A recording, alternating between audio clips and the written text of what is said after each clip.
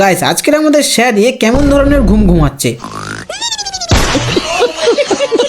সকাল সকাল দেখি আমার মা শুকনো বিরিয়ানি বানিয়েছে অনেক, 500 প্যাকেট পার্সেল হবে বলে। আর বিরিয়ানির কোয়ালিটি দেখেছো, একদম ব্র্যান্ড নিউ কোয়ালিটি, সঙ্গে আবার ডবল লেগ পিস ফ্রি। যাই হোক, তারপর আমাদের গরুগুলোকে ওই বিরিয়ানির সাথে একটু জুস মিশিয়ে দিয়ে দিলাম। তারপর ঘরে এসে দেখি আমাদের স্যার বসে আছে। তুই ভিডিও করতে এসেছিস? দাঁড়া আমি ঘুমানোর নাটক করি আর তুই ভিডিও কর। আরে এরকম করলে কিচ্ছু হবে না, ভালো করে কর, ভালো করে। ও আচ্ছা আচ্ছা, এবার দেখ না, দাঁড়া 1 মিনিট, এটা ভিডিও কর, এটা ভিডিও করলে ভাইরাল হয়ে যাবে।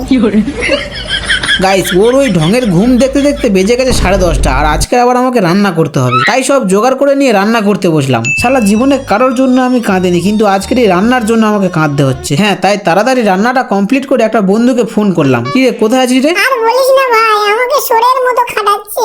হ্যাঁ, তা তুই মানুষ কবে ছিলিস?